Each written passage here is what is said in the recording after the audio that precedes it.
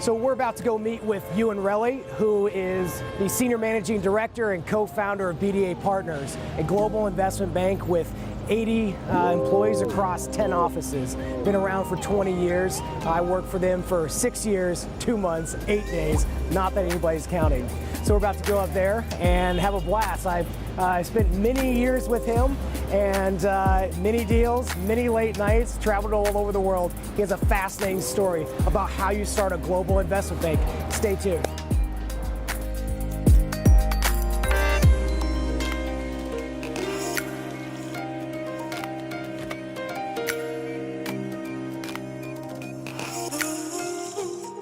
So I'm Jordan Selleck, the CEO of Debt Maven, and I'm here with Euan Rellie, the co-founder and senior managing director of BDA Partners.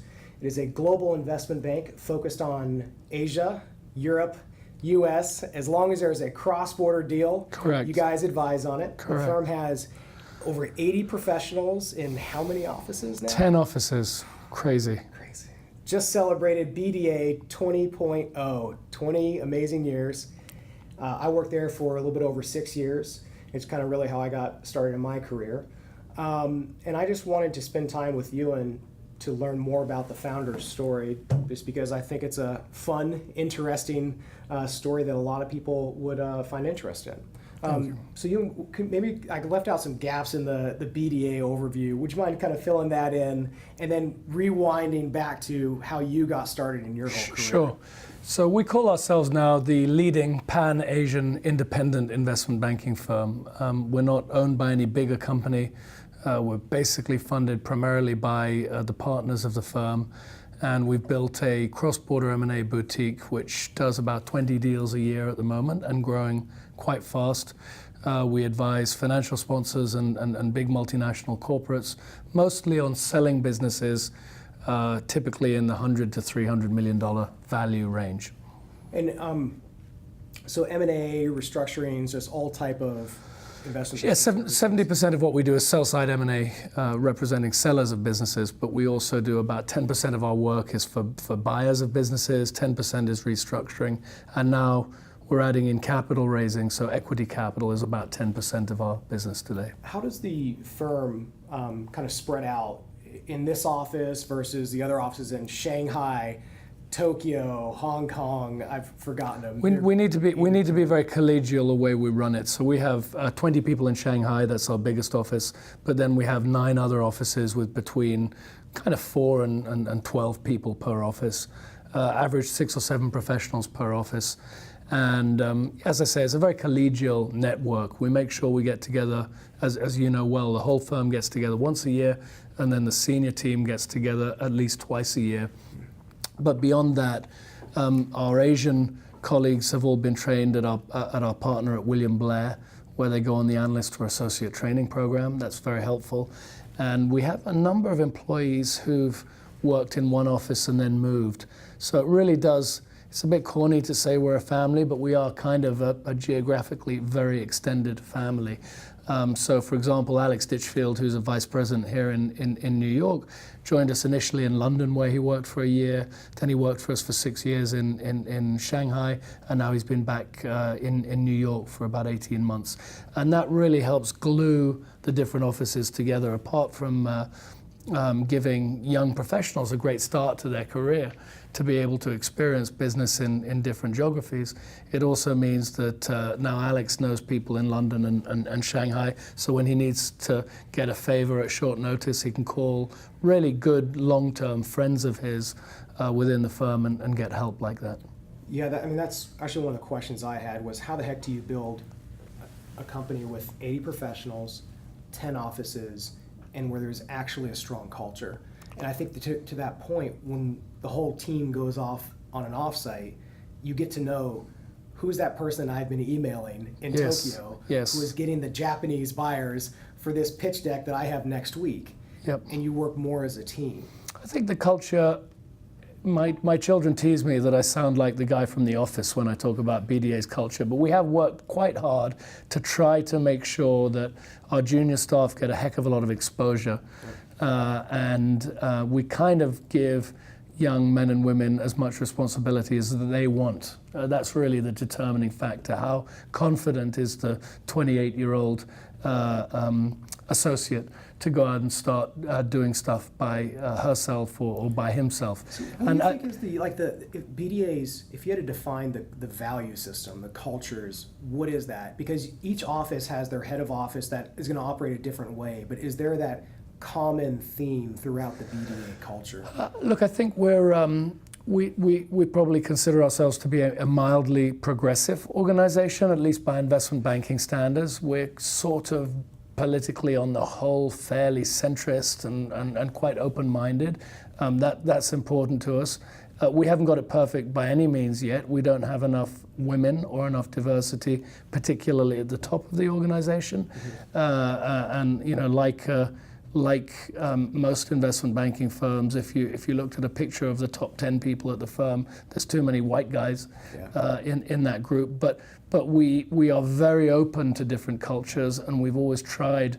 You know, the good news is across the firm we probably speak 25 different languages.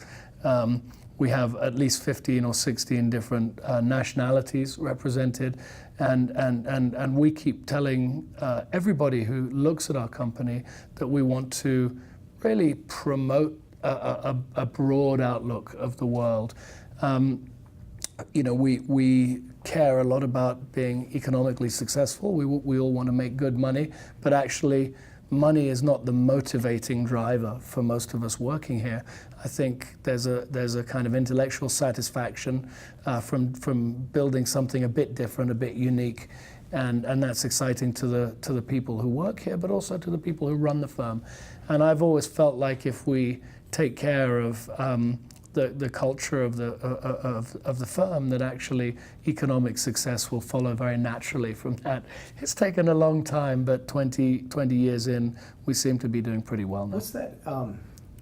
I don't know when it was, but all I remember is you were trying to win a deal, and you had everyone send some knick-knack from their... Yeah, Rocket Cargo. So we try and do gimmicky things sometimes, or at least make the clients feel like we're going to go the extra mile. Rocket Cargo was a rock and roll logistics company. It trucks, still very successful today, trucking around equipment for the Rolling Stones tour and for Madonna's tour.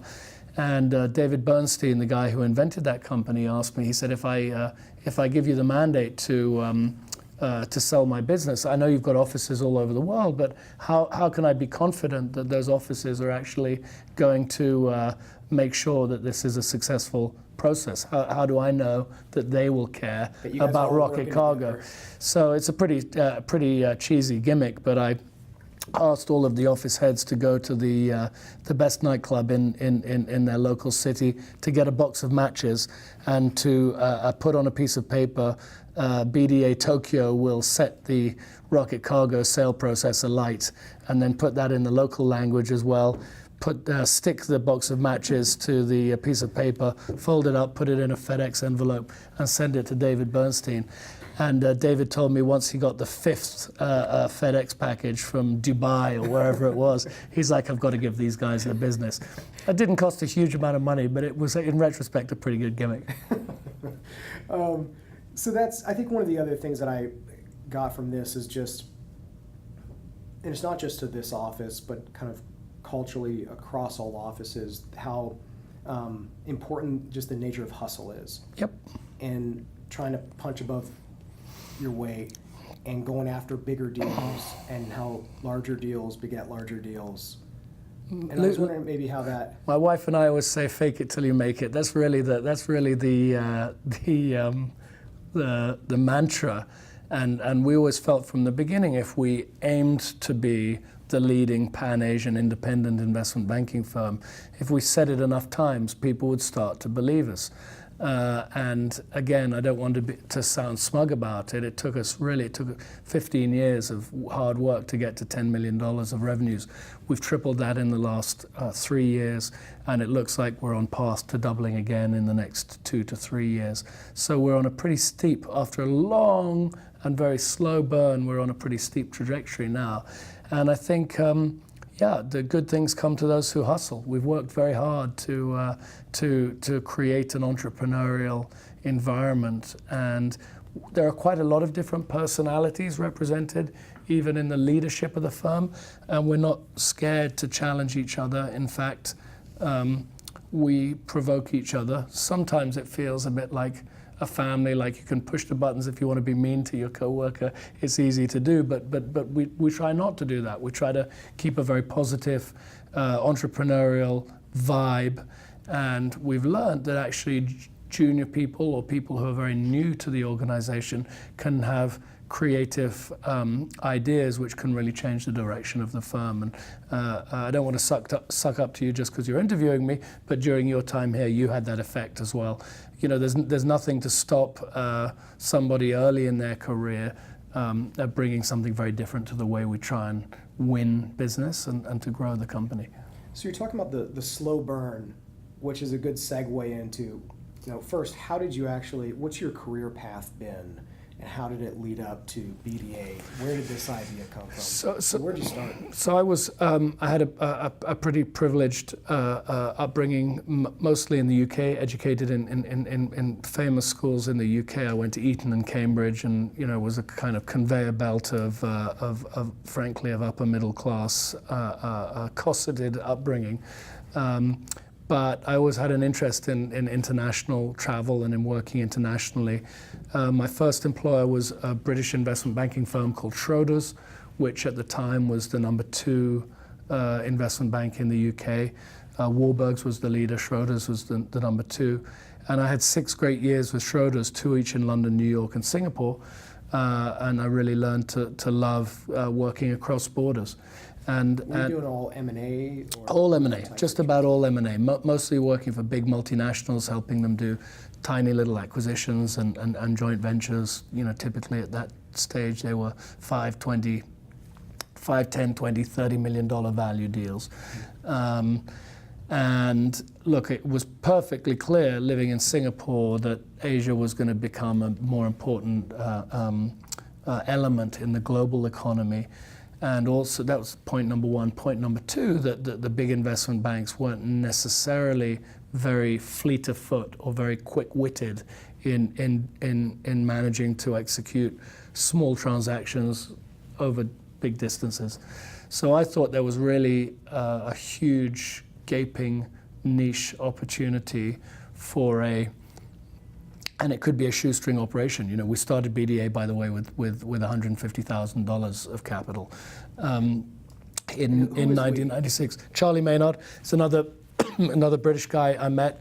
I actually met him in Singapore, and I thought he seemed like a really decent, honest, reliable, conscientious type of person. And I thought he had a lot of qualities which I probably lacked myself. I'm more the BS, the creative BS guy, and he's more the nuts and bolts guy. And actually, that's been quite a good.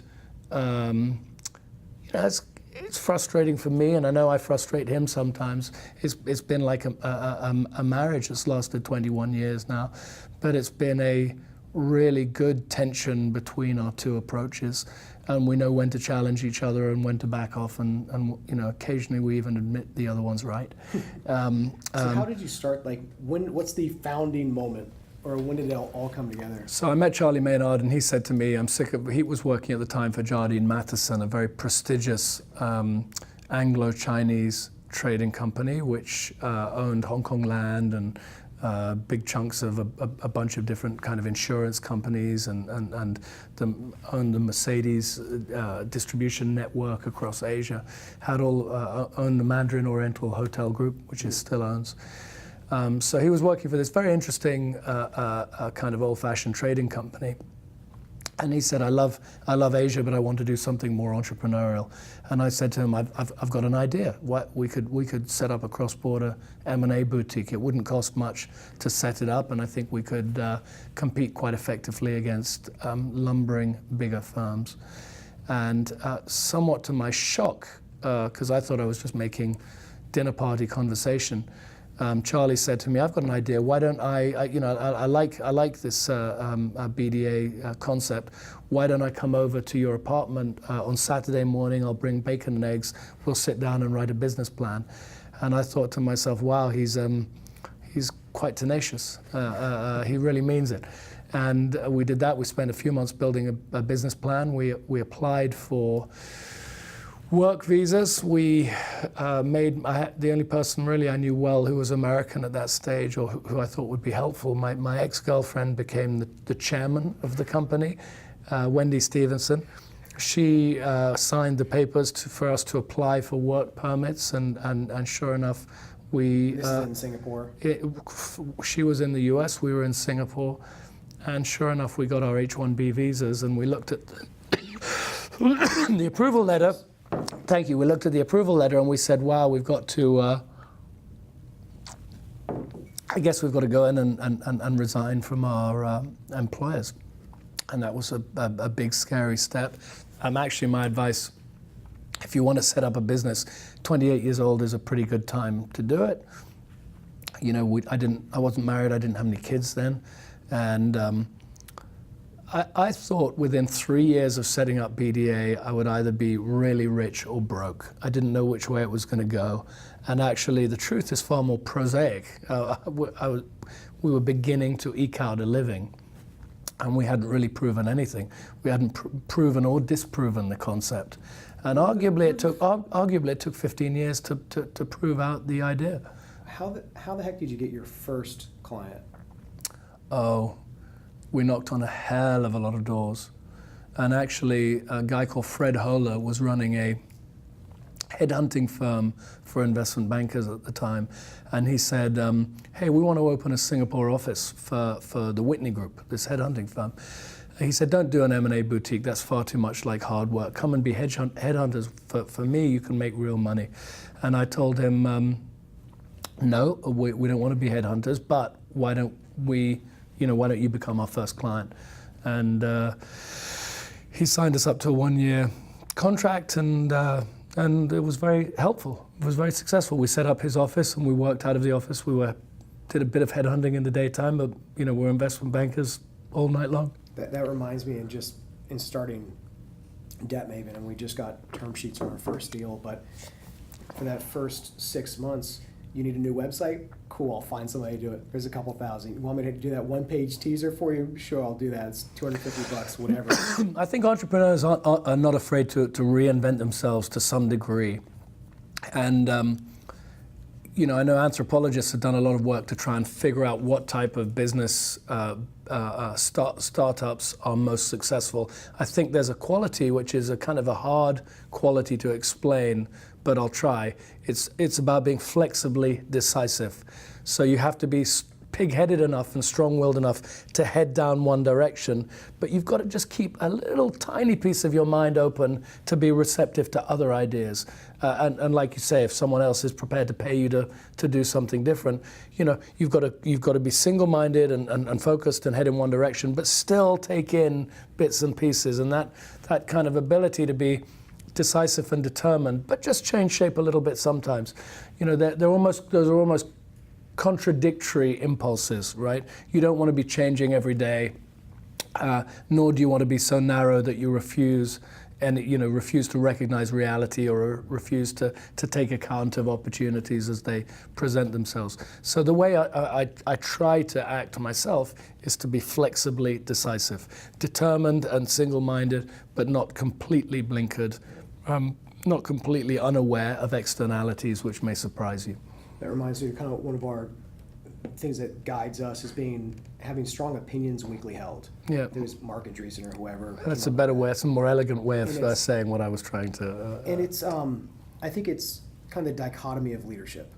And it's how do you be confident but also very humble in listening? Correct. And how do you fake it till you make it, but also be authentic and say, listen, I don't actually know what the hell I'm doing and I need help. And I think that authenticity in what we've experienced is actually, I think, gotten people more interested, more involved in part of the story to help make this thing come to life? I'm pretty sure that's right. And look, I'm in a client service business, and I know that sometimes when you say to the client, actually, I don't know the answer, I'm going to have to go away and figure that out. That is an incredibly powerful statement to make to a client, to have the confidence to be able to say, I don't know. Again, sometimes you have to give the impression of being confident, and obviously you need to reassure your client that they're doing the right thing by hiring you. But if occasionally you can just show a little vulnerability, I agree with you. I think that's an incredibly powerful tool, and it reassures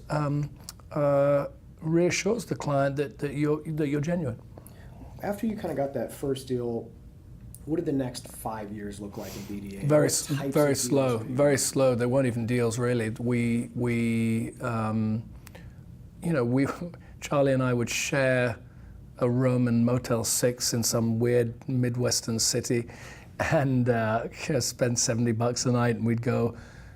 KKR started the same way. We read about what Henry Kravis and those guys did in the beginning when they were beginning the buyout boom. He'd fly into a town and he'd literally open up the yellow pages and figure out what businesses were present in that city, and he'd cold call them. Hey, have you ever thought you might want some capital? You might think about selling your business.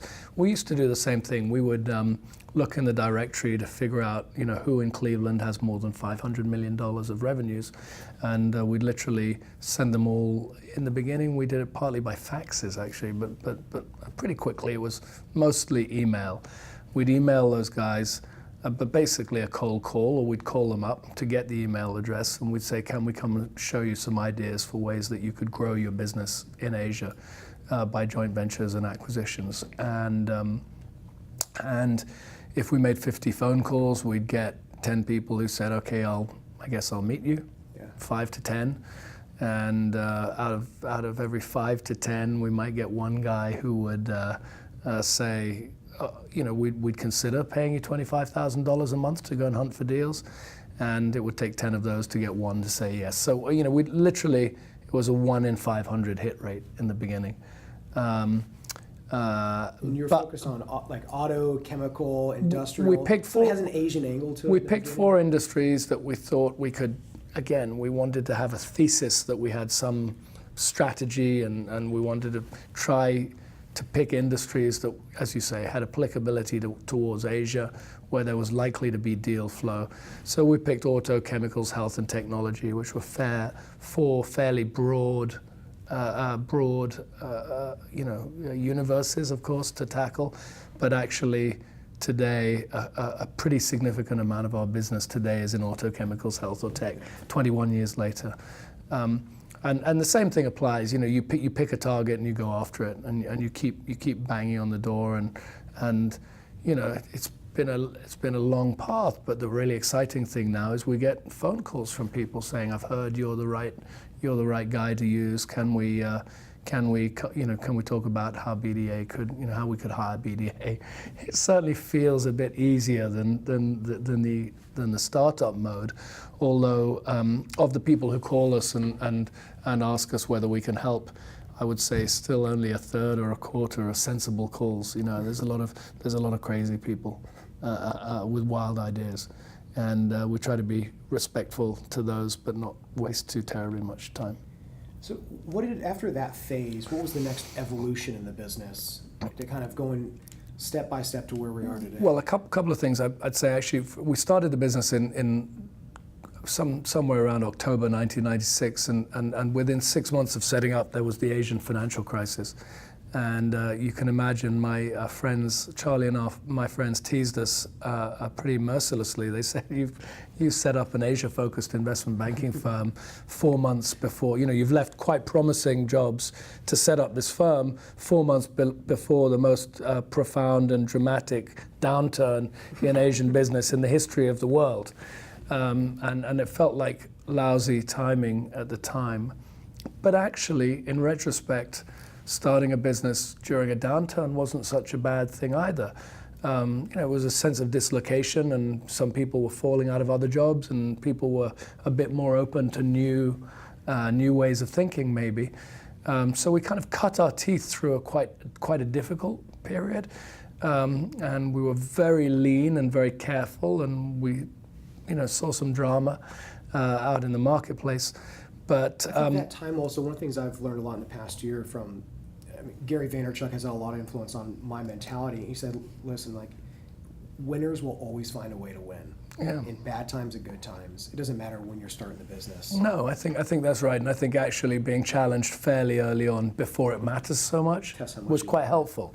Yeah, partly that, but partly that we, evolved our way of doing business to try to take account of that. So, the US was still relatively well insulated. We picked up a bunch of retainers from big US multinationals who wanted to learn more about Asia and were interested to grow in Asia. At that time, the Wall Street equity analysts were telling all the big companies, you should be more exposed to Asia where GDP growth rates are higher. Was this in early 2000s? Late 90s, early 2000s. So for 5 or 6 years, we banged away at that. And within 5 years of setting up the company, at any given point, we typically have 6 or 7 clients who are paying us $25,000 a month to hunt for deals in Asia. And we found actually it was harder to persuade the big corporates to turn the tap on and start paying us. Once they turned it on, they typically keep paying us for a long time. It's a weird thing about these big multinationals. Once you've got the thing flowing, we'd find ways to stay useful, even if we didn't get deals closed for them, which generally we didn't. We'd give them information about their emerging Asian competitors, information about what their multinational peers are doing in Asia, just a different angle. It was more than just M&A consulting. It was broad. Trying to find any way to be useful to these guys. And obviously all the time hoping that we could find a 10, 20, 30, $40 million business for them to buy. And gradually we started helping them close a few deals, although again there was a tension there, which is these retainers, which could amount to $300,000 or $400,000 from a client a year. That lulled us into a false sense of security in some ways. That felt like really good bread and butter money, but we almost had to wean ourselves off those a bit to become more transactional, because we found we were being, effectively acting as consultants, not acting as, not doing enough M&A deals, not really being bankers. So eventually we almost pulled away from that business a little bit and started to take more risk to try and find transactions to work on, and we tried to balance both of those things.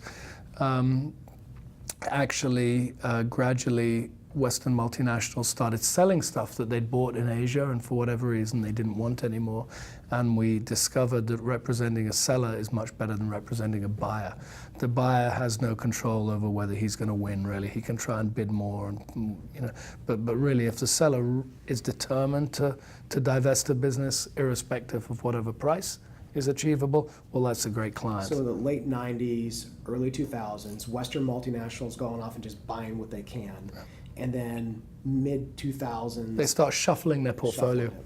And actually that comes to a head by... And you knew all the players in that particular auto parts vertical. Yeah, I'll give you an example. Henkel, the big German company, for years we showed them acquisition opportunities in water treatment and in metalworking fluids and various other things they did, adhesives notably. Mm-hmm. Occasionally they'd pay us for those ideas, pay us a little bit of money, but one day they turned around and they say, we've got a super glue business in Korea. It does about $100 million of revenues. It makes no profit anymore. It's being killed by local Chinese competition. Could you help us sell that business? We don't really want to close it down. We don't want to, we don't want the reputational damage and the cost of that. We think it may have some value to somebody. Will you help us sell it? And again, we took a fairly aggressive stance. We say it may be worth zero. The value of this business may be from -5 to +20. That's quite a tough conversation to have, to tell someone the value of their asset may straddle zero. And we also told them, by the way, we want to be paid $1 million for helping you solve this problem, even if you only sell the business for $1. Yeah. We still want $1 million fee. And to our happy surprise, they said yes, and we started doing a lot of that kind of business. And we'd find that we could sell those companies, those unloved, underperforming Asian subsidiaries of Western companies. We could either sell them to the Chinese guy who was killing them, or we could sell them to an opportunistic local private equity firm that wanted to buy them. Or actually, most often we found they would be interesting to kind of second or third tier emerging multinationals who wanted to get into Asia, who would feel more confident buying a business from Henkel than from someone they've never heard of. So they'd almost rather buy a tarnished, cheap Because they asset. had something that was somewhat professional, or was professional Scale, standards, respectability, and a base for them to build on. So we still do quite a lot of that work. How many deals did you do for Henkel? I think I remember one in Japan. I think we've only closed 2 for them in total, but we've done 3 or 4 projects for them. We have a very healthy relationship with them, and they've hired us to sell a couple of things that maybe didn't work out as well. But it's a healthy client relationship, and they're a repeat client who will use us again. I'm sure of that. So this is in the mid 2000s now. Yeah, by then it becomes corporate divestitures, and by that stage we're closing 5 or 6 deals a year. How big was the team? Oh, we probably had 4 offices and 20 people, something like that. New York, 25 London, people. and then Shanghai. We closed Singapore and moved it to Shanghai. We opened Hong Kong, and then eventually we opened Tokyo as well. And then in the years following that, we did Korea and Ho Chi Minh City, which has turned out to be a great success for us. We reopened Singapore, we opened Mumbai and Dubai, and London. So yeah, I think we've got enough offices. We're not in a rush to open anymore. But then the magic thing that happened in the last 5 to 10 years is the kind of growth and maturation of the mid-market private equity industry in Asia. And some of the firms playing there are Western firms, Bain Capital, Warburg Pincus, TPG, people like that, who we probably know to some degree in the Western markets already. But some of those are true local Asian private equity firms, many of them tied to banks, and some of them even with a kind of European connection, so Standard Chartered Private Equity, Actis, Navis, Credit, CLSA, the old Credit Lyonnais, Securities Asia. And now there's a profusion. Actually, the Asian private equity world is beginning to look quite like the US private equity world. And to them, now we can tell them, look, we'll help you find the buyer, whether that's in Asia or in Europe or the US, when you come to sell a $200 million asset. And also, a really important step for us, 5 years ago, we raised a little capital. We sold a 10% stake in BDA to William Blair, which is an extremely well-placed Chicago investment banking firm. William Blair does about roughly 10 times the amount of business that we do in M&A. But we have very deliberately learnt from them. We've tried to preserve our own independence. We've tried to be respectful and supportive as a partner to them. But we've learned from them and tried to apply. We've tried to learn best of breed mid-market investment banking practices in the most developed market in the world, which is the US. And we've tried to apply that to cross-border business in the treacherous emerging markets. So how's that? So that in the past 5 years, it just seems like the nature, the size and shape of BDA just overall just kind of taken a new, not necessarily like a very, how do you call it, linear progression, but it's more just step function. It feels like big step changes, and there's a few reasons for that. Number one, the industry is changing shape. So maybe for a lot of people, working for a bulge bracket bank isn't as exciting or rewarding as it used to be. Those banks have matured, they've faced increasing regulatory scrutiny, and they are, by definition, much less entrepreneurial, much more bureaucratic now. And so I think, it's easier for firms like us to attract better quality employees as a result. There's a pretty well-known story. The boutiques are doing great. That's point one. Number two, Asia's matured. So, Asia's not just a quirky thing anymore. Asia is a really important integral part of everyone's Fortune 500. Correct. both as a manufacturing, not just as a cheap manufacturing location, beyond that, as a market, as a source of counterparties, as a growth opportunity, and as a very significant part of any multinational's business today. Also as a source of buyers for Western assets. So today we see a lot of Korean, Japanese, and Chinese bidders on most of our processes, even if we're selling a business in the West. And that's really been the past 5 years? 5 years.